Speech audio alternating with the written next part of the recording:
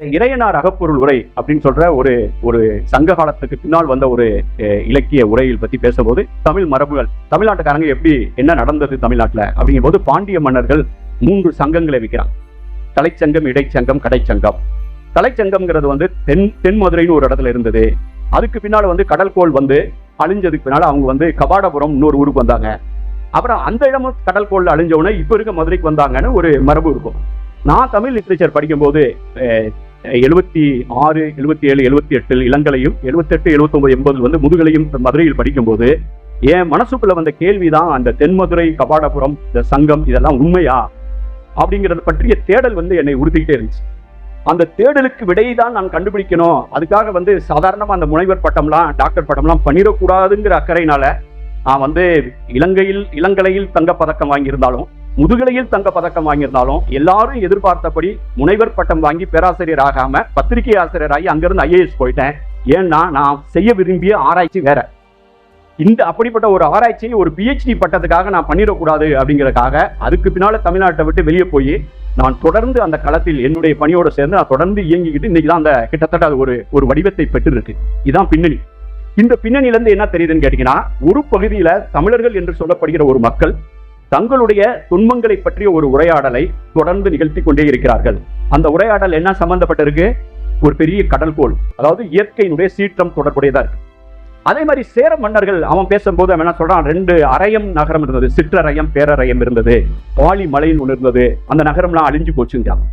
சோழர்கள் பேசும்போது எங்கள்கிட்ட உறையூர்னு ஒரு நகரம் இருந்தது, அதுக்கு கோழியூர்னு ஒரு பேர் இருந்தது, அது வந்து மணல் மாறி வந்து மண் வந்து அப்படியே ஒரு ரெயின் சாண்ட் டஸ்ட்னு சொல்லுவாங்க, மணலே வந்து மழையா பொழியும், அப்படி பண்ண பெய்ததுல வந்து அந்த நகரம் அழிஞ்சு போச்சுங்கிறான்.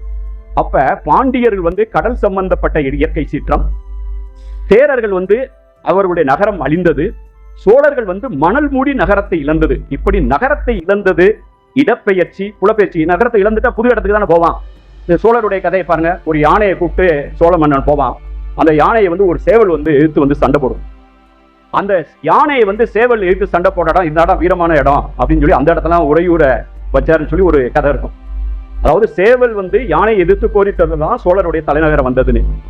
ஆனா இந்த கடற்கோளால் அழிஞ்சது அப்படிங்கிற விஷயத்துல வந்து சோழர்களோ பாண்டியர்களோ இவங்களோ சேரர்களோ சம்பந்தப்படலை. அது கிட்டத்தட்ட பாண்டியர் தான் சம்பந்தப்பட்டவங்க. தமிழ் இலக்கியத்தை பற்றி எழுதினவங்க, சங்கம் அமைச்சவங்க, இதெல்லாம பாண்டியர் சம்பந்தப்பட்ட விஷயமாவே இருக்கு. இது தென்கோடியில இப்படி ஒரு விஷயம் நடந்துகிட்டே இருக்கு. நம்ம தொடர்ந்து பேசிக்கிட்டே இருக்கோம். காலப்போக்கில் புதிய சான்றுகள்லாம் வருது. இன்னொரு பக்கம் நமக்கு வந்து இந்த வரலாற்றை பற்றிய புரிதல் எப்படி இருக்கு இந்தியா அப்படிங்கிறது. இப்ப தமிழ்நாடு நம்ம பேசுறோம். இப்ப 1950களுக்கு முன்னால வந்து என்னவா இருந்தது, ஆந்திராவில் கொஞ்சம் பகுதி நம்மளோட சேர்ந்து இருந்தது. அப்ப அதுக்கு பேர் வந்து மெட்ராஸ் பிரசிடென்சி. அதுக்கு முன்னால வந்து நாயக்கர் காலம் இருந்திருக்கு, மராட்டியர் காலம் இருந்திருக்கு, அதுக்கு முன்னால என்னென்னமோ காலம்லாம் இருந்திருக்கு, சோழர்கள் இருக்கு. சோழர்கள் வந்து ரேனாண்டு சோழர்கள் சொல்லி ஆந்திர பகுதிகளை ஆண்டிருக்காங்க. ஆக வந்து காலம் தோறும் ஒரு அரசியல் எல்லை மாறிக்கொண்டே வருகிறது. ஆனா சங்க இலக்கியத்திலே வந்து இந்த எல்லை வந்து வடவேங்கடம், தென்குமரி, ஆயிடை, தமிழ்கூறும், நல்லுலகம் அப்படின்னு ஒரு பவுண்டரியை நமக்கு கொடுத்துறாங்க. ஆனால் இந்தியாங்கிற ஒரு துணை கண்ட பரப்புல விஷயம் வேற மாதிரி இருக்கு. இந்த பகுதி மட்டும் ஒரு தீவு மாதிரி இயங்க முடியுமா? இதுக்கு வெளித்தொடர்பெல்லாம் இருந்ததா? அப்படி வெளித்தொடர்பு இருந்ததுன்னா என்ன வகையான தொடர்பு? இப்படின்னு நமக்குள் ஒரு குழப்பம் இருக்கும்போது இந்தியாவில் எந்த டாக்குமெண்ட்டுமே கிடைக்கல.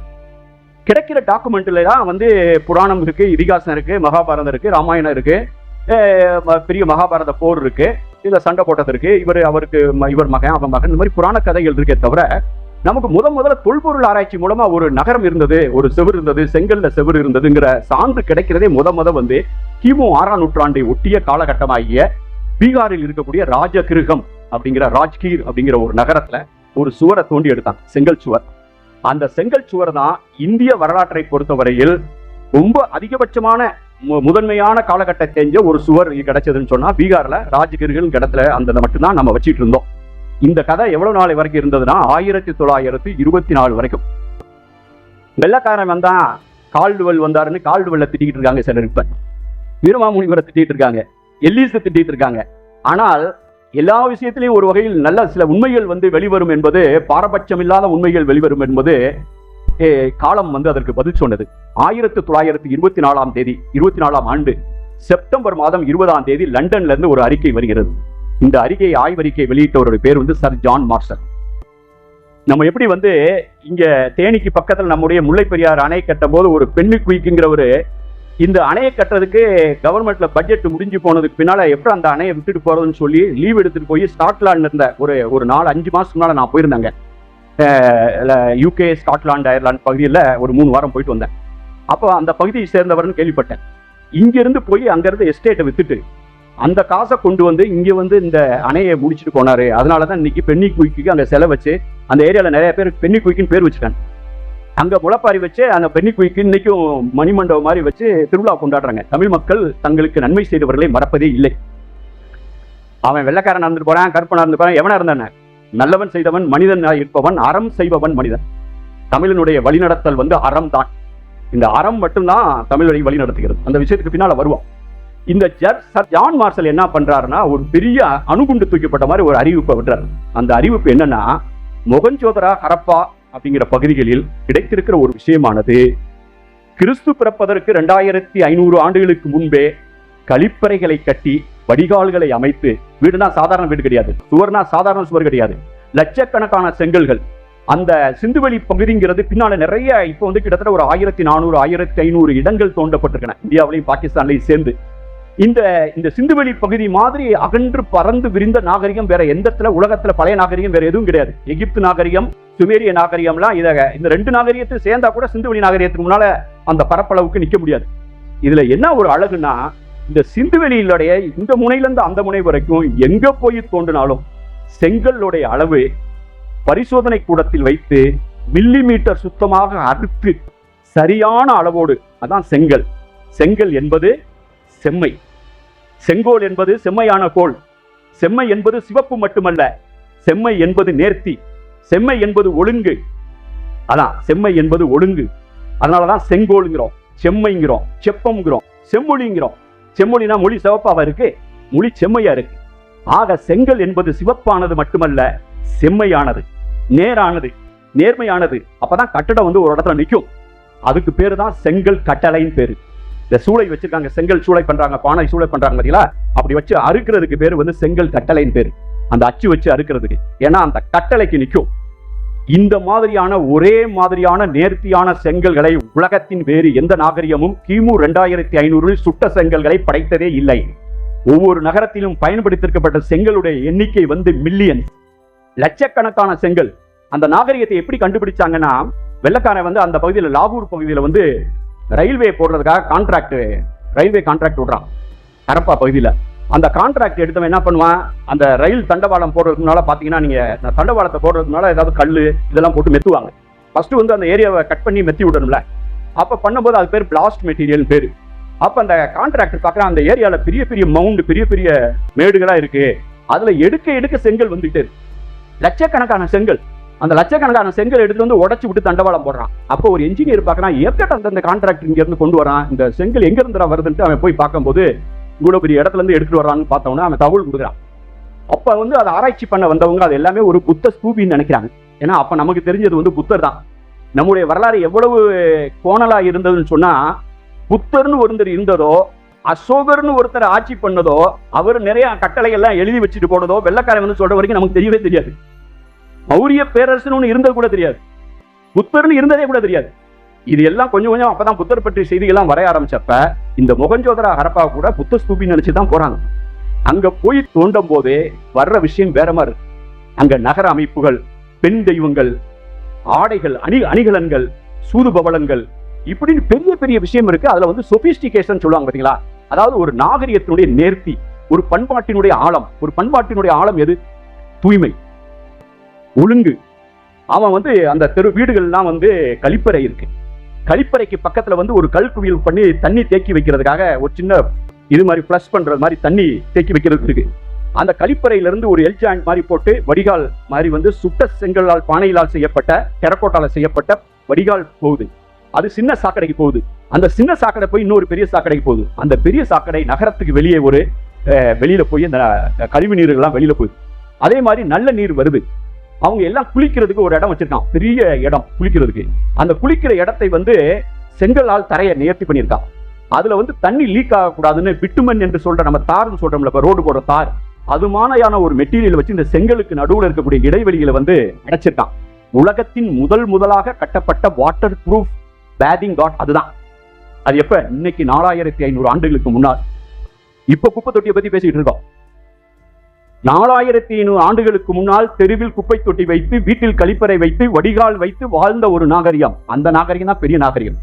இப்படி ஒரு நாகரிகம் இருந்தது அப்படின்னு ஒரு தகவல் வந்தோடனே ஒரு பெரிய அணுகுண்டு மாதிரி தான் அது. அப்ப இந்த நாகரிகம் யாருடையது அப்படின்னு பார்க்கும்போது வெளியில என்ன இலக்கியம் இருக்கு அந்த பகுதியில? அது பஞ்சாப், அது பாகிஸ்தான். அப்ப பஞ்சாபி மொழியில இன்னும் அதுக்கு பின்னால ரொம்ப லேட்டா தான் எழுதவே ஆரம்பிக்கிறாங்க. அப்ப அந்த பகுதியில் இருக்கக்கூடிய மூத்த மொழின்னு சொன்னா சமஸ்கிருதம் தான், வடமொழி. அதுல தொடங்குறது வந்து வேத இலக்கியம். ரிக்வேதம், யஜுர்வேதம், சாமவேதம், அதர்வண வேதம், 4 வகை வேதங்கள். அதுக்கு பின்னால ராமாயணம், மகாபாரதம், இந்த மாதிரி இலக்கியங்கள். இந்த வேத இலக்கியங்கள், வடமொழி இலக்கியங்கள் எதுலையும் இப்படிப்பட்ட ஒரு நகரம் செங்கல்ல கட்டப்பட்டது, கழிப்பறை வச்சது, வெளிநாட்டுல போய் வியாபாரம் பண்ணது, தாய் தெய்வத்தை கும்பிட்டது, பெண் தெய்வத்தை கும்பிட்டது, இந்த மாதிரி விஷயங்கள்லாம் எதுவுமே இல்லை. அதாவது எது இந்த சிந்துவெளிக்கு இலக்கணமா இருக்கோ, கோட்டை, நகர அமைப்பு, கழிப்பறை, வெளிநாட்டு வணிகம், தாய் தெய்வ வழிபாடு, இதுக்கு எதுக்குமே வந்து இதுல ஆதாரம் இல்லை. ஆனா அதுக்கு முரணான விஷயம் தான் இருக்கு. ஏன்னா வந்து வேதத்தினுடைய கடவுள் வந்து இந்திரன், வருணன், மித்திரன், இந்த மாதிரி ஆளுங்க தான் கடவுளா இருக்கான். பெண் தெய்வமே இல்லை. ஸ்ரீங்கிற பேர்ல மட்டும் ஒரே ஒரு கடவுள் பெண் தெய்வம் இருக்கு. அதை தவிர வேற பெண் தெய்வங்களே இல்லை. இங்க கிடைக்கிறதுல 10 உருவ வழிபாடு கிடைச்சுன்னா 8 வந்து பெண் உருவங்கள் தான் இருக்கு. பெரிய நகரங்களை பற்றி குறிப்பு இல்லை, பெரிய கோட்டைகளை பற்றி இல்லை, செங்கலை பற்றி குறிப்பிடவே இல்லை. செங்கல் முதல் குறிப்பிடப்படுவதே வந்து அக்னிச்சயனம் அப்படிங்கிற ஒரு சடங்கு தான் யஜூர் வேதத்துல தான் முதல்ல வருது பின்னால. ஆக அங்கு தோண்டி எடுக்கப்பட்ட விஷயத்துக்கும் வெளியில கிடைக்கிற இலக்கியத்துக்கும் சம்பந்தம் இல்லை. இது எதையோ சொல்லுது, அது எதையோ சொல்லுது அப்படிங்கிற ஒரு முரண்பாடு. ஆனா அதுக்கு விட கிடைக்கல. இந்த விஷயம் வெளிவந்தவன செப்டம்பர் 20 2 மாசத்துக்குள்ள வங்காளத்துல இருந்து ஒருத்தன் கட்டணம் எழுதினார், ஒரு அறிஞர். அவர் பேர் வந்து சுனில் குமார் சட்டர்ஜி. அந்த சட்டர்ஜி என்ன கட்டுரை எழுதினார்னா, இந்த மொஹஞ்சதாரோ ஹரப்பா நாகரிகம் சாதாரண நாகரிகம் கிடையாது. இது வேதகால நாகரிகத்தோட தொடர்பு இல்லாதது, வடமொழியோடு தொடர்பு இல்லாதது, ஆரியர்களோடு தொடர்பு இல்லாதது. இது ஒரு திராவிட நாகரிகம், இது தமிழ் மக்களுடைய தொடர்புடைய நாகரிகம்னு 1924 டிசம்பர் மாசமே ஒரு கட்டுரை எழுதிட்டார். அப்ப அதாவது இந்த கட்டுரை வந்து 3வது மாதத்துல வங்காளத்தை சேர்ந்த ஒருத்தர் இந்த கருத்தை சொல்லிட்டார். இப்ப தொடர்ந்து கிட்டத்தட்ட 95 வருஷமா நாம இதை பத்தி பேசிக்கிட்டே இருக்கும்போது இதை நிரூபிக்கிறது எப்படி நிரூபிக்கிறது? அப்ப நாங்க கிட்டத்தட்ட நான் வந்து ஒரு 30 ஆண்டுகளா இந்த ஆராய்ச்சியில இருக்கேன். ஒரு 20 ஆண்டுகளா தான் எழுத ஆரம்பிச்சிருக்கேன். ரொம்ப தெளிவா பேச ஆரம்பிச்சது செம்மொழி மாநாட்டுக்கு பின்னாலதான். அதுக்கு பின்னால நிறைய கட்டுரைகள் எழுதியிருக்கேன், பேசிட்டு வர்றேன். அப்பெல்லாம் கூட வந்து சொல்றாரு சிந்துவெளி பகுதியில் கொற்கை வஞ்சி தொண்டி, இந்த மாதிரியான சங்க இலக்கியத்தில் வரக்கூடிய ஊர் பெயர்கள் எல்லாவற்றையும் நான் கண்டுபிடித்து வரைபடத்தை போட்டு 2010 கோவை மாநாட்டில் சொன்ன போது கூட எல்லா செய்திகளும் ஆனந்தவிடல இருந்து எல்லா பத்திரிகைகள் வந்து செய்திகள் வெளிவந்தது. என்னன்னா இந்த மாதிரி செய்திகள் வந்தாலுமே கடைசியில பார்த்தா ஆதாரம் வரும்போது கரிம கணிப்பு, அது எங்க கிடைச்சிச்சு, செங்கல் கிடைச்சதா, எந்த இடத்துல கிடைச்சு, இந்த மாதிரி எல்லா கேள்விகளும் வரும். அப்படிப்பட்ட ஒரு கேள்விக்கு விடையில்லாமல் இருந்து வந்தது. அந்த விடையைத்தான் கீழடி தாங்கி வந்திருக்கு. இங்கதான் விஷயம். ஏன் கீழடி முக்கியம் அப்படின்னு சொன்னா, கீழடி வந்து கிமு 6ஆம் நூற்றாண்டா 5ஆம் நூற்றாண்டாங்கிறது விஷயம் கிடையாது. அது சொல்ற விஷயங்கள் வந்து 2 விஷயம். நான் வந்து தொடக்கத்திலிருந்து கிட்டத்தட்ட ஒரு 10-15 ஆண்டுகளாக ஒரு விஷயத்தை பேசி வருகிறேன். கடந்த 10 ஆண்டுகளாக நான் என்னுடைய கருத்தை ஒரு கவித்துவமாகவே சொல்லி வருகிறேன். சிந்துவெளி விட்ட இடமும் சங்க இலக்கியம் தொட்ட இடமும் ஒன்றே. இது என்னுடைய முதல் கருத்து. 2வது கருத்து, இந்தியாவினுடைய வரலாற்றை பற்றி 2 புதிர் இருக்கும். இப்ப நம்ம சொல்றோம்ல விடுகதைன்னு சொல்றோம்ல, ஒரு விடுகதை போட்டு இந்த விடுகதை புரியாத விடுகதையா இருக்கு, புரியாத புதிரா இருக்கு அப்படின்னு சொல்றோம்ல. இந்திய வரலாற்றை பொறுத்தவரையில 2 விஷயம் புரியாத புதிரா இருக்கு. முதல் புதிர் என்னன்னா, இந்த 1924 கண்டுபிடிச்சு சொல்லப்பட்ட இந்த சிந்துவெளி நாகரிகத்தை உண்மையிலேயே உருவாக்கியார் யாரு? அவங்க என்ன மொழி பேசினாங்க? அவங்க என்னென்னமோ எழுதி வச்சிருக்காங்களே, அதை யாரும் இப்ப படிக்க முடியல. ஏன்னா இப்ப உயிரோடு இருக்கக்கூடிய ஒரு மொழி, வாழும் மொழி ஒன்று, இறந்து போன ஒரு மொழி, இந்த 2 மொழியும் சேர்ந்து ஒரு கல்வெட்டு கிடைச்சாதான் அதையும் கம்பேர் பண்ணி பார்த்தா அதை படிக்க முடியும். அதுக்கு பேர் வந்து பைலிங்குவல் ஸ்கிரிப்ட்னு பேரு. இப்ப நம்ம வந்து கேரளாவுக்கு ஒரு கோயிலுக்கு போறோம். இப்போ கோயிலுக்கு போனோம்னா அங்க வந்து உண்டியல் அப்படின்னு தமிழ் எழுதி, உண்டியல் இந்தியில் எழுதி, உண்டியல் மலையாளத்தில் எழுதியிருந்தா நம்ம என்ன பண்ணுவோம், உண்டியல் நமக்கு தமிழ் தெரிஞ்சதுனால பார்த்துட்டு இது உண்டியல், இதுக்கு வந்து மலையாளத்தில் இப்படி தான் எழுதுவாங்க போல நம்ம புரிஞ்சுக்கிறோம். அதே மாதிரி தான் எங்க போனாலும் போர்டெல்லாம் தமிழ்லையும் ஆங்கிலத்திலையும் இருக்குல்ல, இதுக்கு நேர் அதுன்னு புரிஞ்சுக்கிறோம்ல. அது மாதிரி ஒரு விஷயம் கிடைச்சாதான் அதுல என்ன இருக்குன்னு புரிஞ்சுக்கிற முடியும். சுமேரியாவிலையும் அதே மாதிரி கிடைச்ச கல்வெட்டுகளை படிக்க முடியாம இருந்தது. அப்போ வந்து ரொசட்டா ஸ்டோன் அப்படிங்கிற ஒரு பலகை கிடைச்சது. அது 2 மொழியில் இருந்தது. ஒன்று அழிஞ்சு போன சுமேரிய மொழி, அப்புறம் மீதி இருக்கக்கூடிய அப்போது வழக்கத்தில் இருக்க மொழி, அப்புறம் அந்த மேற்கு பகுதியில் இருந்த மொழிகள் வந்து இந்த ஒரு இருமொழி கல்வெட்டு கிடைச்சதுனால சுமேரிய மொழி என்னன்னு கண்டுபிடிச்சாங்க. அப்படிப்பட்ட ஒரு வாய்ப்பு சிந்து மொழி பொறிப்புகளுக்கு இல்லாதனால என்னன்னு தெரியாட்டா என்ன வேணான்னு சொல்லலாம்ல. ஒரு விஷயம் வந்து இது என்னன்னு தெரியல, இப்ப நான் என்ன சொல்வேன், இது வந்து இதுல இது நானே ஒரு கற்பனை சொல்றேன், இதுல வந்து முருகன் எழுதியிருக்குடா, இதுல வந்து வள்ளின்னு எழுதியிருக்கு அப்படின்னு சொன்னா, இதுல வந்து வள்ளின்னு எழுதலையா சீத்தைன்னு எழுதியிருக்குன்னு இன்னொருத்தன் அவன் மைண்டுக்கு வந்து சொல்லுவான். இப்ப வந்து இதை இப்படியா நீ வச்சு இதை வச்சு எப்படி சொல்ற, நீ எதை வச்சு சொல்றேன்பா. அப்ப இதுக்கு விடை வந்து இப்படியே போய்கிட்டே இருக்கும். 100 வருஷமா அந்த பஞ்சாயத்து நடந்துட்டு, இவங்க யாராவது ஒண்ணு படிச்சு சொன்னா அதை யாருமே ஏத்துக்கிற போறது கிடையாது, அதுல தப்பும் கிடையாது. ஆக சிந்துவெளி என்ன மொழி, அவங்க பேசின மொழி என்ன, அவங்க எழுதின மொழி என்ன, அதை உருவாக்கியவர்கள் யார், அந்த நாகரிகம் எப்படி அழிந்தது, அங்க இருந்த மக்கள்லாம் எங்க போனாங்க, இது ஒரு முதல் புதிர். அந்த ஜனத்தொகை வந்து சாதாரண ஜனத்தொகை கிடையாது. இப்போ ஒருத்தர் எழுதியிருக்காரு, அந்த காலகட்டத்தினுடைய உலகத்தினுடைய ஜனத்தொகையில் 10% பேர் அந்த பகுதியில் தான் வாழ்ந்தாங்க. இப்போ உலக மக்கள் தொகையினுடைய 10% உள்ளடக்கி இருந்த ஒரு பகுதியில் ஒரு நாகரிகம் எவ்வளவுதான் அழிஞ்சு போயிருந்தா கூட இருக்கிறவன் செத்தா போயிருப்பான். அவன் எங்க போனா, அவனுடைய நினைவு எங்க போச்சு, அந்த நினைவை எங்க தூக்கிட்டு போனா, அவனுடைய வாழ்ந்த பின்னால வந்த வாழ்க்கையில் அதுக்கான அடையாளமே இல்லையா, இப்படிங்கிற கேள்விகள்லாம் விட கிடைக்கல. இது வந்து முதல் புதிர். இரண்டாவது புதிர் வந்து இந்த திராவிடர்கள் சொல்றவங்க, தமிழர்கள் சொல்றவங்க எங்க தோன்றுனாங்க, எப்படி உற்பத்தி ஆனாங்க, இந்த மொழி எப்படி உற்பத்தி ஆச்சு. அப்ப அதை பற்றி நிறைய விஷயங்கள் இருக்கு. எல்லா மனிதர்களும் ஆப்பிரிக்காவில் தான் தோன்றினாங்க அப்படின்னு இப்ப மரபு அணு வந்து நிரூபிக்கிறது. அதே நேரத்தில் இந்தியாவிலும் தமிழ்நாட்டிலையும் வந்து இந்த பழைய கற்கால கருவிகள், அத்திரம்பாக்கம் இந்த மாதிரி இடங்கள்ல 1 லட்சம் ஆண்டுகளுக்கு முன்னாலே கல் ஆயுதங்கள் பயன்படுத்தப்பட்டிருக்கு அப்படிங்கிறது 10,000 ஆண்டுகளுக்கு முன்னால, 15,000 ஆண்டுகளுக்கு முன்னால சில சான்றுகள்லாம் வருது. ஆனால் நம்ம ஒண்ணு புரிஞ்சுக்கணும், நம்ம பேசுறது வெவ்வேறு விஷயங்களை பேசிட்டு இருக்கோம். ஒரு நகர நாகரிகம் சங்கம் வைத்து ஒரு இலக்கியம் படைத்த நாகரிகம் என்பது வேறு, கற்கால மனிதர்கள் என்பவர்கள் வேறு. ஆக இலக்கியம் படைத்த ஒரு நாகரிகத்தை பற்றி பேசும்போது விவசாயம் தோன்றுவதற்கு முன்னால் இலக்கியம் தோன்றி இருக்கவே முடியாது. விவசாயம் தோன்றியதற்கு முன்னால் அரசுகள் தோன்றி இருக்க வேண்டும், அரசுகள் தோன்றியதற்கு பின்னால் தான் அரண்மனைகள் தோன்றி இருக்க வேண்டும், அரண்மனைகள் தோன்றியதற்கு பின்னால் தான் அவைக்களங்கள் தோன்றி இருக்கும், அவைக்களங்கள் தோன்றியதற்கு பின்னால் தான் புலவர்கள் பாடுவதற்கு நேரம் கிடைத்திருக்கும். ஆக நம்ம எந்த இலக்கியத்தை பேசினாலும், அது வடமொழி இலக்கியமா இருந்தாலும் சரி, தமிழ் இலக்கியமா இருந்தாலும் சரி, லத்தீனா இருந்தாலும் சரி, கிரேக்க மொழியா இருந்தாலும் சரி, விவசாயம் தோன்றுவதற்கு முன்னால் எவனாவது கவிதை எழுதி வச்சேன்னு சொன்னானா அவன் பொய் சொல்றான்னு அர்த்தம். ஆக நம்ம பேசுற விஷயம் வந்து வேற ஒரு விஷயம். ஆக இந்த நாகரிகத்துக்கு சொந்தமானவங்க எப்படி தோன்றுனாங்க, எங்க இருந்தாங்க, எப்படி வந்தாங்கிறது 2வது கேள்வி. நான் அந்த சிந்துவெளி விட்ட இடமும் சங்க இலக்கியம் தொட்ட இடமும் ஒன்றேன்னு சொல்றதனுடைய தொடர்ச்சியா நான் சொல்ற இன்னொரு விஷயம், இந்தியா தொடர்பான இந்த 2 புதிர்களுக்கும் ஆன விடை ஒரே நாணயத்தின் 2 பக்கங்களே. இந்த 2 புதிர்களுடைய ஒன்னுடைய வாழை தொட்டுட்டா மற்றதனுடைய தலையை தொட்டலாம், உன்னுடைய தலையை தொட்டுட்டா அதனுடைய வாளை தொட்டு விடலாம். ஏனென்றால் இந்த 2 புதிர்களும் வெவ்வேறல்ல, ஒன்றோடு ஒன்று தொடர்புடையவை. இந்த 2 விஷயத்தை தான் நான் தொடர்ந்து பேசிக்கிட்டே வர்றேன். இதற்கான சான்றுகளை எல்லாம் நான் புதிய சான்றுகளை கொண்டு வந்து கொண்டே இருந்தேன். இந்த பின்னணியெல்லாம் வந்து நான் 2012ஆம் ஆண்டுல வந்து ஒரு அகில உலக அளவில் வந்து ஒரு பெரிய ஆங்கில கட்டுரை ஒன்று, நான் ஆராய்ச்சி கட்டுரை கொண்டு வந்தேன். The highest lowest dichotomies of Indus cities a Dravidian paradigm. தமிழ்ல அதை சொல்ற அந்த சிந்துவெளி நகரங்களுடைய மேல் மேற்கு கீழ் கிழக்கு என்ற நகர கட்டமைப்பு ஒரு திராவிட கருதுகோள் அப்படிங்கிறது இதனுடைய தமிழ். இதை எப்படி அப்படின்னு கேட்டீங்கன்னா, சிந்துவெளியில் கூடிய நகரங்கள் எப்பயுமே 2ஆ பிரிஞ்சிருக்கும். ஒரு பகுதி வந்து ஒரு மேற்கு பகுதியா இருக்கும், ஒரு மலை கொஞ்சம் உயரமான இடமா இருக்கும். அடுத்து இன்னொரு பகுதி வந்து கொஞ்சம் சரிவா இருக்கும். இப்ப மேற்கு தொடர்ச்சி மலையில நம்ம பாக்குற மேற்கு தொடர்ச்சி மலையில இருந்து எந்த நதி தோன்றினாலும் எதுக்கு வங்காள விரிகுடால போய் கலக்குது? ஏன்னா மேற்கு பகுதி உயர்வா இருக்கு, கிழக்கு பகுதி தாழ்வா இருக்கு. இப்படி ஆறெல்லாம் இப்படி ஓடி போகுது மேல் மேற்கு. அதே மாதிரி சிந்துவெளியில எந்த இடத்துல நகரம் இருந்தாலும் அது கிட்டத்தட்ட இந்த 10,000 கிலோமீட்டர் சுற்றுவட்டத்துல எங்க வச்சாலும் ஒண்ணு இயற்கையா அப்படி மழை கிடைச்சதுன்னா, அந்த மாதிரி இயற்கையா மழை கிடைக்க சமவெளியா வச்சா கூட 2 மேடையை கட்டி, செங்கல் மேடையை கட்டி, ஒரு மேடையை கொஞ்சம் உயரமா கட்டி, அதுக்கடுத்த மேடை அந்த பழைய ஞாபகத்தின்படியே கீழ் மேல் அப்படின்னு பிரிச்சு, அததான் சங்க இலக்கியத்தில் இருபால் பெயரிய உருகெழு மூதூர் அப்படின்னு சொல்லுவான். சங்க இலக்கியத்துல 2 பகுதியாக பிரிக்கப்பட்ட பழைய நகரம் ஏன்சியன்ட் சிட்டி அப்படின்னு இருபால் பெயரிய உருகெழும் மூதூர் அப்படின்னு சங்க இலக்கியத்துல சொல்றதுக்கு சான்று, கண் முன்னால கிடைக்கிற சான்று வந்து இந்த சிந்துவெளியில் கிடைக்கக்கூடிய நகரங்கள் தான்.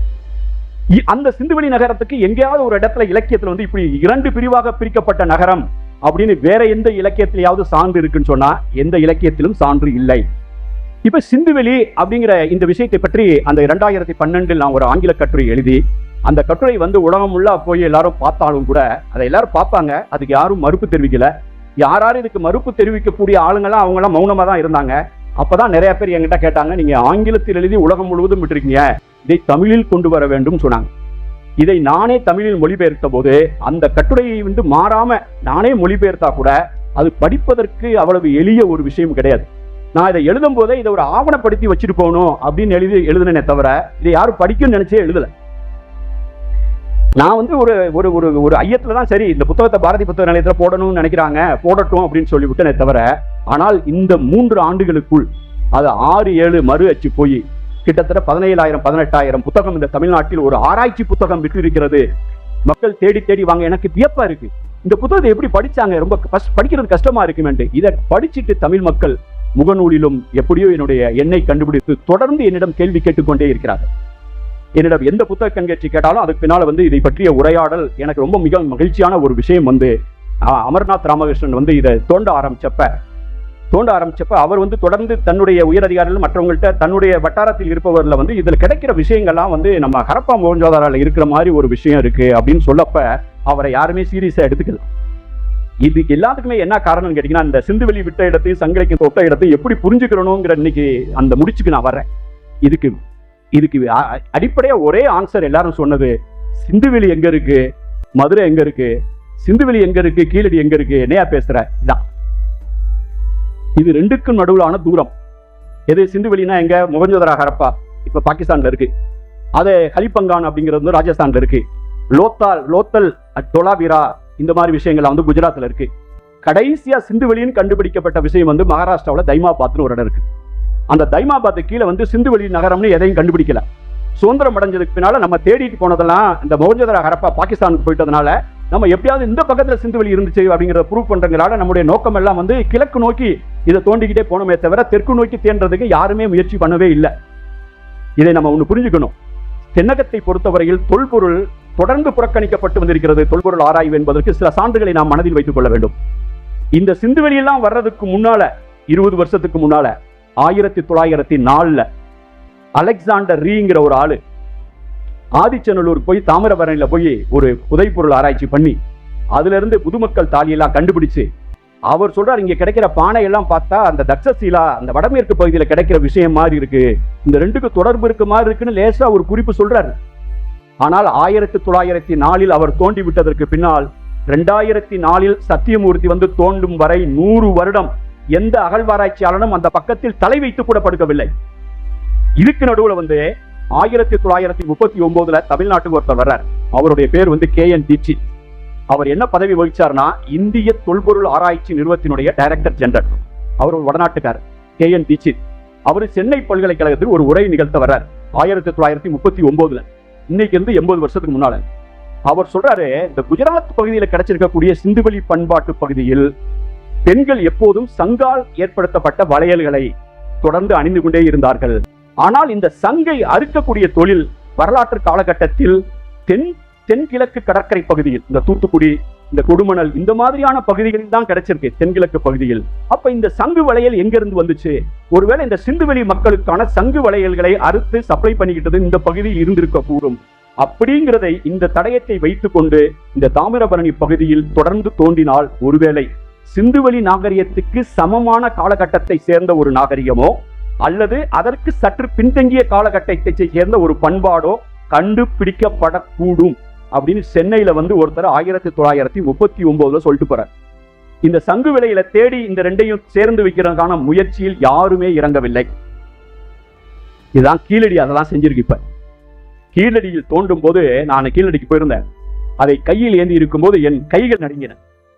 ஏன்னா அங்க சங்கு வளையல் கிடைச்சு மட்டும் கிடையாது, இந்த சங்கு வளையலை அறுக்கும் போது இந்த சங்கு கிடைக்கிறது, சங்கு குளிச்ச சங்கு, அந்த சங்கு வந்து அறுக்கும் போது அந்த நுனியில் இருக்கக்கூடிய அந்த கூம்பா இருக்கக்கூடிய நுனி, இந்த நுனியும் நீங்க பயன்படுத்த முடியாது, இந்த கீழ் நுனியும் பயன்படுத்த முடியாது. இந்த ரெண்டையும் அறுத்துட்டு அந்த நடுவுல இருக்கக்கூடிய அகலம் தான். இப்ப நீங்க இந்த சைஸ் எல்லாம் வளையல் போடுறீங்களா, இத்தனை நம்பர் அத்தனை நம்பர்னு, அது எவ்வளவு பெரிய சங்கா இருக்கோ அதை வச்சுதான் நீங்க இயற்கையா அறுக்க முடியும். அந்த நடுவுல வர்றதான் கட் பண்ணி ஒரு சங்கு இப்படி கிடைச்சிருக்கு. அறுத்து பாதி அறுத்து வேலை நடந்துகிட்டு இருக்கும் போது கிடைச்சது அப்படி இருக்கு. 2500 வருஷத்துக்கு முன்னால யாரோ அறுக்க ஆரம்பிச்ச அந்த செங்கல், அந்த சங்கு வளையல் இன்னைக்கும் அறுக்கப்பட்ட நிலையிலே கீழடியில் கிடைத்திருக்கிறது. 1939 வந்து ஒருத்தர் சொல்லிட்டு போனார், இந்த சங்கு வளையலை மட்டும் தேடுங்கடா. இப்ப கீழடி பல புதிய வாசல்களை திறந்திருக்கு. இப்ப ஏன் இது முக்கியம் சொன்னி கேட்டீங்கன்னா, நம்ம ஒவ்வொரு இலக்கியத்தை பத்தி பேசும்போது ஒரு இலக்கியம் துல்லியமான இலக்கியமா, கற்பனையான இலக்கியமா, அப்படிங்கிறது எப்படி வச்சுக்கன்னா, சினிமா பார்க்குறவங்களுக்கு தெரியும். சத்யஜித் ரே படம் பார்த்துருக்கீங்களா யாராவது? சில கட்டாயம் சத்யஜித் ரே படம் பார்த்துருப்பீங்க. யதார்த்தமாக இருக்கும், யதார்த்தமான படம் அப்படின்னு. பெரிய சண்டையெல்லாம், குஸ்தி சண்டையெல்லாம் இருக்காது, மரத்தை சுற்றி ஓட மாட்டாங்க, ஒரே பாட்டில் 10 ட்ரெஸ் எல்லாம் மாற்ற மாட்டாங்க. அதே மாதிரி இந்த பாகுபலி மாதிரி பெரிய யானையை தள்ளி விடுறது, இந்த மாதிரி யானை தூக்கி எறிகிறதுங்கிறது, இந்த மாதிரி விஷயம்லாம் அதில் இருக்காது. அது யதார்த்தமாக இருக்கும். ஒரு மனுஷன் என்ன செய்ய முடியுமோ, எப்படி இயங்குவானோ மெதுவாக இயங்குறது, இந்த மாதிரியான படங்கள். இந்த பாலு மகேந்திரா படங்கள் சில படம் இருக்கும். இது மாதிரி தமிழில் இந்த ஒரு கிராமத்து அத்தியாயம்னு ஒரு படம் வந்தது. இந்த மாதிரியான படங்கள் இருக்கும். அதாவது யதார்த்தம் சார்ந்ததாக ஒரு இருக்கும். இதே யதார்த்தத்துக்கு தொடர்பே இல்லாம இப்ப பாகுபலின்னு ஒரு படம் வந்தது. அந்த படத்தை யாராவது யதார்த்தமான படம் சொல்ல முடியுமா? அதுல கிராபிக்ஸ் அதுக்கு இதுன்னு இருக்கு. அதுல நீங்க ஒரு பெரிய லிங்கத்தை தூக்கிட்டு போறாருன்னா அது ஒரு இதுல செஞ்சது. அது எப்படி இந்த படம் எப்படி எடுத்தாங்கன்னு நமக்கு போட்டு காமிச்சாங்களா யூடியூப்ல. அப்ப இது ரெண்டையும் கம்பேர் பண்ணி பாருங்க. சத்யஜித் ரே படத்துக்குன்னு ஒரு இலக்கணம் இருக்கு, சந்திரமௌலி படத்துக்குன்னு ஒரு இலக்கணம் இருக்கு. இந்த ரெண்டு படத்தையும் ரெண்டும் சினிமா தான். இந்த சினிமா வேற, அந்த சினிமா வேற.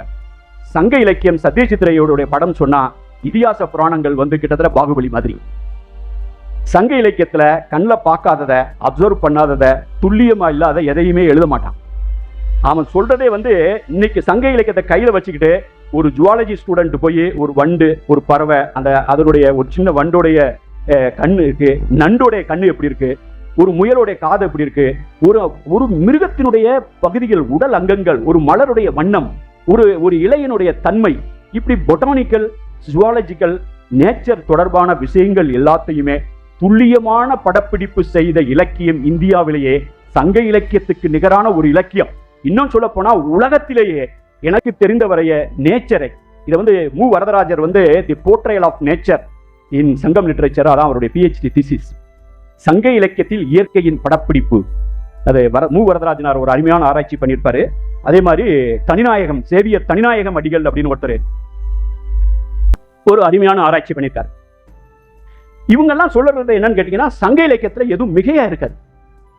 நெடுஞ்செவி குறுமுயல் அப்படின்னு சொன்னா, முயல் குறுமுயல், அதாவது முயல் யானை மாதிரியா இருக்கு அல்லது புலி மாதிரி இருக்கா, முயல் சின்னதா இருக்கு. ஆனா அந்த சைஸுக்கு பார்க்கும்போது இந்த காது டிஸ்ப்ரொபோர்ஷனட்டா இருக்கு, குறுமுயலா இருக்கு. ஆனா நெடுஞ்செவியா இருக்கு. இதை இந்த ஒரே வரியில அதனுடைய தன்மையை சொல்லுவாங்க. அது சிங்கத்துடைய அந்த எருத்து, ஒரு நண்டுடைய கண்ணு, ஒரு குண்டுமணி மாதிரி இருக்கக்கூடிய ஒரு இது, அந்த சாணி வண்டு உருட்டின்னு சொல்லி வண்டு கொடுப்பதில் அந்த சாணிலாம் உருட்டிட்டு போகும்ல, அந்த வண்டு எப்படி போற மூவ்மெண்ட், இந்த நேச்சரை நேரில் பார்த்து உட்கார்ந்து எழுதுனதுதான் சங்க இலக்கியம். இப்படி எழுதுற இலக்கியம் ஆடைகளை பத்தி பேசுது, அணிகலன்களை பத்தி பேசுது, தரைக்கு கீழே போடப்பட்ட குழாயை பற்றி பேசுகிறது. அதுக்கு பேர் சுருங்கை அப்படின்னு பேர். சங்க இலக்கியத்தில் தரைக்கு கீழே போடப்பட்டு, என்னுடைய முகநூல்ல நான் கீழடிக்கு பின்னால் ஒரு கேள்வி பதில் போன்று நான் ஒரு தொடரை எழுத ஆரம்பிச்சேன். இப்ப தொடர்ந்து இதை நாங்க பண்ண போறோம். கீழடி பற்றிய வினாவு எது, அதாவது என்ன, யாருக்கு என்ன சந்தேகம் வருமோ அதை பற்றி நான் பதிவு செய்து கொண்டிருக்கிறேன். இப்ப தரைக்கு கீழே குழா போட்டிருந்தான். மதுரையில வைகை நதியில தண்ணி திடீர்னு வெள்ளம் வருது. அந்த வெள்ளப்பெருக்கு நகரத்தை பாதிக்காமல், நகரத்தை கொஞ்சம் பைபாஸ் பண்ணிட்டு போறது மாதிரி அந்த இடத்துல போகும்போது மட்டும் அண்டர் கிரவுண்ட்ல பைப்பு போட்டிருக்கான். அப்படி திடீர்னு தண்ணி வரும்போது அதில் வந்த சத்தமானது, அந்த சவுண்டு வீட்டில் அப்போதான் ஏதோ ஒரு ஃபங்க்ஷன் போயிட்டு தூங்க ஆரம்பிச்சிருக்கக்கூடிய காதலர்களை, கணவன் மனைவிகளை, மக்களை, மதுரை நகரத்து மக்களை அந்த சவுண்ட் கொஞ்சம் டிஸ்டர்ப் பண்ணுதுங்கிறான். எப்ப எந்த தண்ணி? ஆற்றுடைய தண்ணி தரைக்கு கீழே அண்டர் கிரவுண்ட்ல போற பைப்பு. அண்டர் கிரவுண்ட்ல பைப் போகும் அப்படின்னு எந்த பதவுரை ஆசிரியர், உரையாசிரியர் எழுதினா கூட என்னடா கற்பனை பண்ணியிருக்கான்னு தோணுமே தவிர இது ஒரு யதார்த்தம் தோணவே இல்லை. ஆறு கடந்தன்னு அகனிடும் தெருவில் அப்படிங்கிறான். தெருவு பார்த்தா பெரிய அகன்ற தெருவா இருக்கு, ஆறு கடந்தது மாதிரி இருக்குங்கிறான். கடை வீதிகளை பற்றி பேசுறான் சங்க இலக்கியத்துல. எல்லாமே காட்சி படிமங்கள். மோர் வித்துட்டு போறா ஒரு பொண்ணு, பால் வித்துட்டு போறா, நெய் விற்கிறா, கல் ஊத்தி கொடுக்குறா, பெண்ணே கல் ஊத்தி கொடுக்குறா. மாலுமிகள்லாம் கடல்ல இறங்கினவன் இறங்கினோடனே நேரா கல் கடைக்கு தான் போறான். காட்சிகள்லாம் இன்னொரு மதுரை காஞ்சியில இரவு கடை இருக்கு, பகல் கடை இருக்கு, நாளங்காடி, இரவு அல்லங்காடி இருக்கு. இந்த அல்லங்காடியில முன் நள்ளிரவு இருக்குல்ல, அந்த மிட் நைட்டுக்கு முன்னால இருக்கக்கூடிய முன்னிரவு, அப்புறம் பின்னிரவு.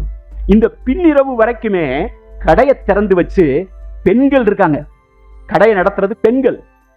இன்னைக்கு என்னுடைய முகநூல்ல பதிவு பண்ணிருக்கிறது பற்றி பாருங்க. கடையை திறந்து வைத்து அந்த கடையை அடைச்சிட்டு நள்ளிரவுக்கு மேல தூங்க போறா அப்படின்னு மதுரை காஞ்சியில ஒருத்தர் சொல்றாங்க. இதை வேணா நம்புவானா?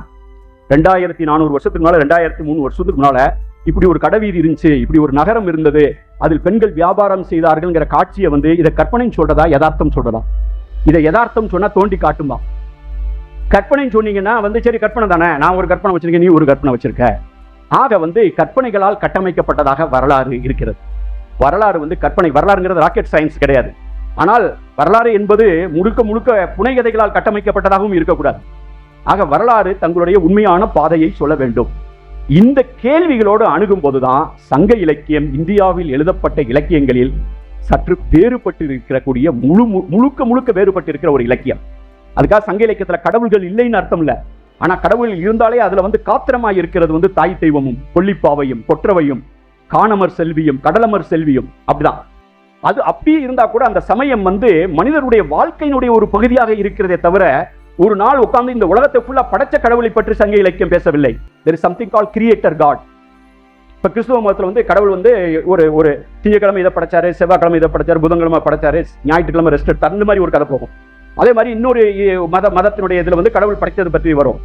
வேதங்கள்ல வந்து இது மாதிரி ஒவ்வொரு மதங்களும் வந்து தன்னுடைய உலகம் படைக்கப்பட்ட விதத்தை பற்றி பேசும். ஆனால் சங்க இலக்கியத்தில் மட்டும், தொல்காப்பியத்தில் மட்டும் கடவுள் என்பது ஒரு நிலத்தினுடைய ஒரு திணையினுடைய கருப்பொருள்களில் ஒன்று.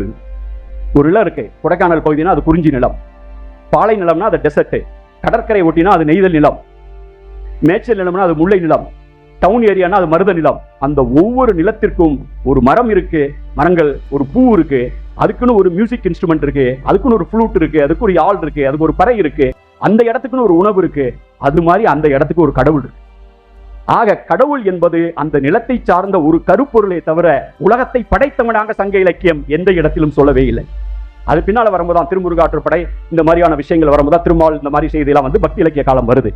ஆக சங்க இலக்கியத்தில் சமயம் சமூக வாழ்வினுடைய ஒரு பகுதியாக இருந்ததே தவிர மையப்பொருளாக இல்லை. மையப்பொருளாக இல்லை. இதுக்கு நேரா ஒரு உதாரணம் சொல்றான். சிந்து வெளியிலும் சுமேரியாவில் தோண்ட தோண்ட கோயிலா கிடைக்குது. எகிப்துல தோண்ட தோண்ட பழைய புதைக்கப்பட்ட பிரமிடுகள் எல்லாம் மன்னர்களை புதைச்சு அவங்களோட சேர்ந்து அடிமைகளை சேர்த்து புதைச்சிருக்கான். எகிப்துல என்ன, எகிப்துல புதைக்கப்பட்டிருக்கிறதெல்லாம் மன்னர்கள் அவனோட சேர்த்து அவர் செத்ததுக்கு பின்னால் அவர் சௌரியமா வாழ்றதுக்காக 10 பொம்பளைங்க 10 ஆம்பளைங்க அவர் இருக்கிறதுக்கு அவர் போட்டுக்கிற ட்ரெஸ், அவருக்கு தங்க நகைகள், அவருக்கு சாப்பாடு இதெல்லாம் வச்சு எல்லாத்தையும் வச்சு பிரமிட்ல போட்டு வச்சிட்டான். இதுதான் எகிப்து. எகிப்துல வந்து மன்னர்கள் சார்ந்தது, அடிமைகள் அங்கு வைக்கப்பட்டார்கள். சுமேரியா வந்து மதங்கள் சார்ந்தது. ஆனால் சிந்து வெளி மட்டும்தான் மக்கள் சார்ந்தது. அங்க கழிப்பறை இருக்கு, வடிகால் இருக்கு, வீடு இருக்கு, தெரு அகலமா இருக்கு, தூய்மை இருக்கு, எல்லாம் இருக்கு. அதுதான் வாழ்க்கை, அதுதான் நாகரிகம், அதுதான் நகர பண்பாடு. அந்த நகர பண்பாடு எதனால் கட்டமைக்கப்படும் என்றால் இணக்கத்தால் கட்டமைக்கப்படும். இணக்கம் இல்லாமல் வணிகம் வளர முடியாது. நான் ஒரு போன வாரம் சென்னைக்கு வந்து பேசிட்டு போனேன். வணிக தமிழ் பற்றி யூடியூப்ல போய் பாத்தீங்கன்னா தெரியும். வணிக தமிழ் பற்றி நான் அண்மையில் பேசினேன் ஒரு கான்ஃபரன்ஸ்ல. வணிகம் எங்க வளரும் சொன்னீங்கன்னா இசைவு இருக்கிற இடத்துல வணிகம் வளரும். இசைவுனா என்ன? இசைனா மியூசிக். கருண கடூரமா வந்து ஒரு தாளமும் ஒரு லயமும் ஒரு சுருதியும் சேராம இருந்தா அது இசையாகுமா? இது இசையும் போதுதான் அது இசை. இசை என்றால் பேசுதல், இசை என்றால் இசைதல், இசை என்றால் இசைவு, இசை என்றால் இணக்கம், இசை என்றால் அக்ரிமெண்ட். ரெண்டு வணிகம் வந்து நான் இது கொடுக்குறேன், நீ அதை கொடு, இது என்னுடைய எடை, அது உன்னோட எடை, இதுக்கு இது நிகர் அப்படின்னு ஒரு ரெண்டு பேருக்குள்ள ஒரு இசைவு ஏற்பட்டாதான் அங்க வணிகம் நடக்கும். அப்படி இசைவு ஏற்படாம ஒருத்தன் பறிச்சுக்கிட்டானா அதுக்கு பேர் வழிப்பறி கொள்ளை, அதுக்கு பேர் வணிகம் இல்லை. ஆக எங்கு வணிகம் செழிக்கிறதோ அங்கு இணக்கம் செழிக்கும். பட்டினப்பாளையில ரொம்ப சுருக்கமா ஒரு இடத்த சொல்றான். அந்த நகரம் காவிரி பூம்பட்டினம்ங்கிற நகரம். அந்த நகரத்துல யாரெல்லாம் இருக்காங்கன்னா பல வெளியூர்காரங்க, பளிர்தீர் தேயத்து மொழிபெயர் புலம்பெயர் மக்கள், மொழிபெயர் தேயத்து புலம்பெயர் மக்கள், ஒரு பேசுற ஒரு லாங்குவேஜ் பேசப்படுற இடத்துல இருந்து புலம்பெயர்ந்து வந்த புதிய மனிதர்கள் இங்க இருக்கவங்களோடு சேர்ந்து புலம்பெயர் மக்கள் கலந்து இனிது உரையும் முட்டாச்சிறப்பின் பட்டினம் பெறினும் அப்படிங்கிறான். அவங்க எல்லாம் சேர்ந்து கலந்து இனிது சந்தோஷமா சேர்ந்திருக்காங்க. அதுக்கு பேர் தான் இப்ப ஆங்கிலத்தில் இதுக்கு பேர் வந்து பெருநகர வாழ்க்கை, மெட்ரோபாலிட்டன் காஸ்மாபாலிட்டன் லிவிங் பேரு.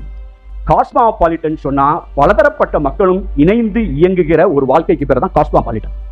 இந்த காஸ்மாபாலிட்டன் லைஃப் இல்லாம சிந்துவெளி நாகரிகம் செழித்திருக்கவே முடியாது. ஏன்னா அவன் வியாபாரம் பண்ணதெல்லாம் சுமேரியாவோட. அவன் அந்த சுமேரியாவுக்கு போய் என்ன கொண்டு வந்தான்? யானையவா கொண்டு போனா? ஒண்ணும் கிடையாது. படகுகள்லையும் கப்பல்லையும் நம்ம வணிகர்கள்லாம் தங்க வியாபாரம் பண்றவன் இந்த இதெல்லாம் பண்றவெல்லாம் பண்றான்ல, அது மாதிரி கொண்டு வணிக பொருட்களை கொண்டு போய் விற்கிறான். ஆக இணக்கத்தால் வளரப்பட்டது இந்த சிந்துவெளி நாகரிகம். அப்ப இந்த சங்க இலக்கியம் அப்படிங்கிறது ஒரு நம்பத்தகுந்த இலக்கியமா, அதை நமக்கு ஒரு வரலாற்றுக்கு சான்றா எடுத்துக்கிற முடியுமா என்ற கேள்வி தொடர்ந்து நாம் எழுப்பிக் கொண்டே இருக்கிறோம். நான் தொடர்ந்து பேசி வருகிறேன். சங்க இலக்கியம் தமிழர்கள் பற்றிய வாழ்க்கை பற்றிய புரிதலுக்கான மிக முக்கியமான ஆதாரம். இது முக்கிய நம்பத்தகுந்த ஆதாரம் என்பதை ஆதிச்சநல்லூரும் கீழடியும் கொடுமணலும் நிறுவி இருக்கிறது. ஏன்னா சங்க இலக்கியத்தில் எழுதப்பட்டது தரைக்கு கீழே இருந்து கிடக்கு. ஆனால் சங்க இலக்கியத்தில் எழுதப்பட்டிருப்பது கீழடியும் தாமிரபரணியை மட்டுமல்ல, இதில் எழுதப்பட்டிருப்பது சிந்துவெளி போன்ற மொகஞ்சதாரோ ஹரப்பா பற்றிய மீள் நினைவுகளும் தான். இதை நான் ஏன் சொல்றேன்னு கேட்டீங்கன்னா, தமிழ்நாடு சங்க இலக்கிய காலத்திலேயே வடவேங்கடம் தென்குமரி அப்படின்னு பவுண்டரி போட்டோம். வடவேங்கடம்னா இப்ப திருப்பதி கோயில் அப்படின்னு முடிவு பண்ணிட்டோம். தென்குமரினா கன்னியாகுமரின்னு வச்சிட்டோம். இந்த பகுதியில் எங்கேயாவது ஒட்டகம் பாலைவனத்துல வணிகர்களுடைய வணிக சுமைய அந்த மெட்டீரியல், அந்த கமர்ஷியல் மெட்டீரியலை தூக்கிட்டு போகும்போது வயிற்று பசி தாங்க முடியாம அங்க செதறி கிடக்கூடிய எலும்புகள், அந்த எலும்பு செத்து போன மற்ற விலங்குகளுடைய எலும்புகள் தான், தோல் சதையெல்லாம் போயிட்டு அந்த எலும்பு மட்டும் கிடக்கு பார்த்தீங்களா தரையில, அந்த எலும்பை பொறிச்சு திங்கும் பசி தாங்காம. இப்படிப்பட்ட ஒரு காட்சியை சங்க இலக்கியம் வர்ணிக்கிறது. இந்த சங்க இலக்கியம் இதை எழுதின புலவன் மதுரை புலவன். அவன் இந்த ஒட்டகம் எலும்பு திங்கிறத எங்க பார்த்தான்? தொல்காப்பியர் இலக்கணம் சொல்றாரு, மரபு இலக்கணத்துல. அந்த மரபு இலக்கணத்தை சொல்லும் போதே சொல்றாரு, மாற்றரும் சிறப்பின் மரபியல் கிளப்பின் அப்படிவார். மாற்றரும் சிறப்புனா இது ஒரு மரபியல், இது ஒரு ட்ரெடிஷனை பத்தியது. இதை மாத்திலாம் போன போக்கில் எழுத முடியாது, நீ நினைக்கிறங்கிறக்கா மாத்திர முடியாது. மாற்ற முடியாத மரபுனா என்ன தெரியுமா? கடை எழு வள்ளல்ங்கிறோம். ஏன் கடை எழு வள்ளல்ங்கிறத கடை 8 வள்ளல்னு சேர்த்துக்கிற வேண்டியதானே? அல்லது கடை 9 வள்ளல்னு ஒரு புதுசா ஒரு ராஜா வந்திருக்காரு, ஒரு கொஞ்சம் இன்ஃபுளுன்ஸா இருக்காரு, நிறைய செலவழிச்சிருக்காரு. அப்ப புலவர்கள்ட்டெல்லாம் காசு கொடுத்து 7 ஐயா இருக்கு 8 போட்டு விடு அல்லது 9 போட்டு விடுன்னு சொல்லாம்ல. மாற்ற முடியாது. ஏன்னா கடை எழு வள்ளல்ங்கிறது சங்க இலக்கிய காலத்திலே முடிவு பண்ணியாச்சு. அதுல யாராவது சேர சோழ பாண்டியன் இருக்கானா? நான் வேள்பாரி வெளியீட்டு விழாவில் நான் பேசினேன். சு வெங்கடேசனுடைய வேள்பாரியை வெளியிட்டு அந்த நிகழ்ச்சியில் நான் பேசினேன். இது நீ பரம்பு மலை விற்கொடியும் அல்ல, மீன் கொடியும் அல்ல, அது புலிக்கொடியும் அல்ல, நமது தொப்புள் கொடி அப்படின்னு. ஏன்னு கேட்டீங்கன்னா அதுல சேர சோழ பாண்டியனே இல்ல. அப்ப இந்த சங்க இலக்கியத்தெல்லாம் எழுதினவன் பாண்டியன், அவனுடைய அவைக்களம், அவன் செலவழிச்சிருப்பான், அவன் பைனான்ஸ் பண்ணிருப்பான். அதுல பதிற்றுப்பத்து சேரருடைய புகழத்தான் பாடுது, பாண்டியர்களை தோற்கடிச்சதை சொல்லுது. அப்ப பாண்டியன் வச்சிருக்க அவையில பாண்டியன் தோற்கடிக்கப்பட்டதை பற்றி சேரனை புகழ்ந்தும் சோழனை புகழ்ந்தும் எப்படி எழுத முடியும்? சோழனை எப்படி ஒரு கவிஞன், சோழ மன்னனே ஒரு கவிஞனா இருந்து எப்படி எழுதுறான்? சேர மன்னனே எப்படி கவிஞனா இருந்து எழுதுறான்? அந்துவன் சேர மன்னன் எழுதுறான் அப்படின்னு சொன்னா, இந்த சங்க இலக்கியம் தொகுக்கப்பட்ட காலத்திலேயே இப்ப நம்ம ஒரு முதலமைச்சர் இருக்காங்க, இன்னொருத்தர் இருக்காங்க, எப்பயாவது ஒருத்தவங்களுடைய பீரியட்ல இன்னொருத்தரை பாராட்டி ஏதாவது புத்தகம் போட முடியுமா? அதுவும் கவர்மெண்ட் செலவுல போட முடியாதுல்ல. அப்ப பாண்டிய மன்னன் இவங்கெல்லாம் சேர்ந்து எல்லாத்தையும் இலக்கியத்தை தொகுத்தானா இந்த மேட்டர் நடந்தது அதுக்கு ரொம்ப முன்னால. அப்ப இந்த கடையெழு வள்ளல்ல ஒருத்தன் கூட பெரிய வேந்தன் கிடையாது, எல்லாமே மலைநிலத்தை சேர்ந்தவங்க. அப்படின்னா இந்த தொன்மங்கள் மிகவும் மூத்தவை. அப்படிப்பட்ட மரபை சொல்லும் போதுதான் தொல்காப்பியர் சொல்றாரு, ஆம்பள ஒட்டகத்தை எப்படி சொல்லணும், பெண் ஒட்டகத்தை என்ன பொது சொல்லணும், கன்று ஒட்டகத்தை எப்படி சொல்லணும், கவரி ஆண் கவரி எப்படி சொல்லணும், பெண் கவரியை சொல்லணும், கன்று கவரி அப்படின்னா யாக்கு. இப்ப தமிழ்நாட்டில் இல்லாத விலங்குகளை பற்றியும், சிங்கம் நர்மதை ஆற்றங்கரையை தாண்டி ஒருபோதும் தென்னிந்தியாவை நோக்கி நகர்ந்ததே இல்லை. எத்தனை பேர் புத்தகம் எழுதி முடிச்சிட்டாங்க. எப்படி சிங்கத்தினுடைய அவருடைய எருத்தத்தை பற்றியும், வாரல் வல்லுகிர் அப்படின்னு சொல்லி ப்ராலிபிக் நெயில்ஸ் அப்படின்னு ஒரு அனாட்டமியை விளக்கிய ஒரே நூல் இந்தியாவில் சங்க இலக்கியம் மட்டும்தான். சங்க இலக்கியம் தமிழ்நாட்டுக்கு எல்லைக்கு அப்பாற்பட்ட அனுபவங்களை பேசுகிறது. சங்க இலக்கிய மக்கள் கொண்டு வந்த மீள் நினைவு, சிந்துவெளி தொடர்பான மீள் நினைவு. அந்த மீள் நினைவை காலங்காலமா இப்ப நம்ம போய் மகாபாரதத்தை பத்தி, மகாபாரதம் நடந்தது எப்ப?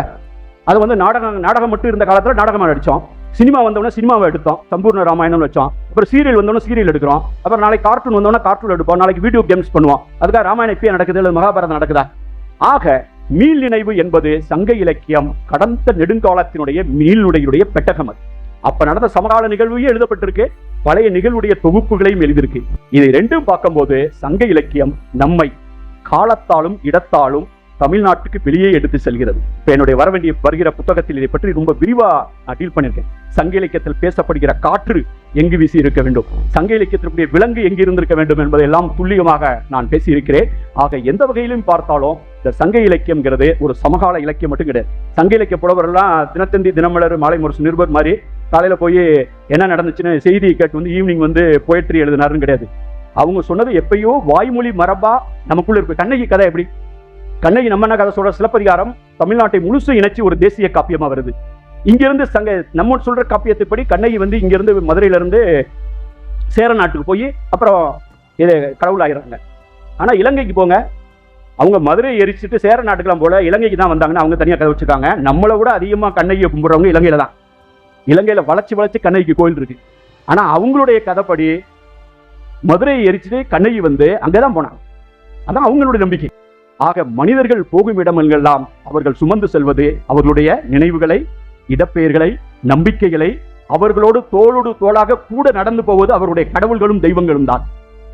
சாமி எதுக்காக போய் மொட்டை போட்டுட்டு இருப்பான் குலதெய்வங்கள்ட்ட? எந்த ஊர் எங்கேயோ இருப்பான், சிங்கப்பூர்ல இருப்பான், மலேசியால இருப்பான். அவங்க வரும்போது ஊருக்கு வரும்போது மொட்டையை போட்டு போவான். எதுக்கு? இந்த மொட்டையை போடுறதுங்கிறது வந்து கிட்டத்தட்ட அந்த பழைய தொன்மத்தினுடைய ஒரு சின்ன தொடர்ச்சி.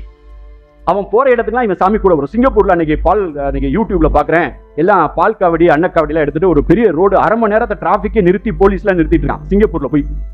ஆப்பிரிக்காவுக்கு போனா மாரியம்மன் திருவிழா இருக்கிற இந்திய உலகத்தில் கோயிலேயே மிகப்பெரிய முருகன் சிலை வந்து மலேசியால தான் இருக்கு, 10 ஹில்ஸ்ல. முருகன் எப்படி போனாரு? கப்பல்லையா, பிளேன்லையா? தமிழர்கள் போனதுனால முருகன் அங்க போனார்.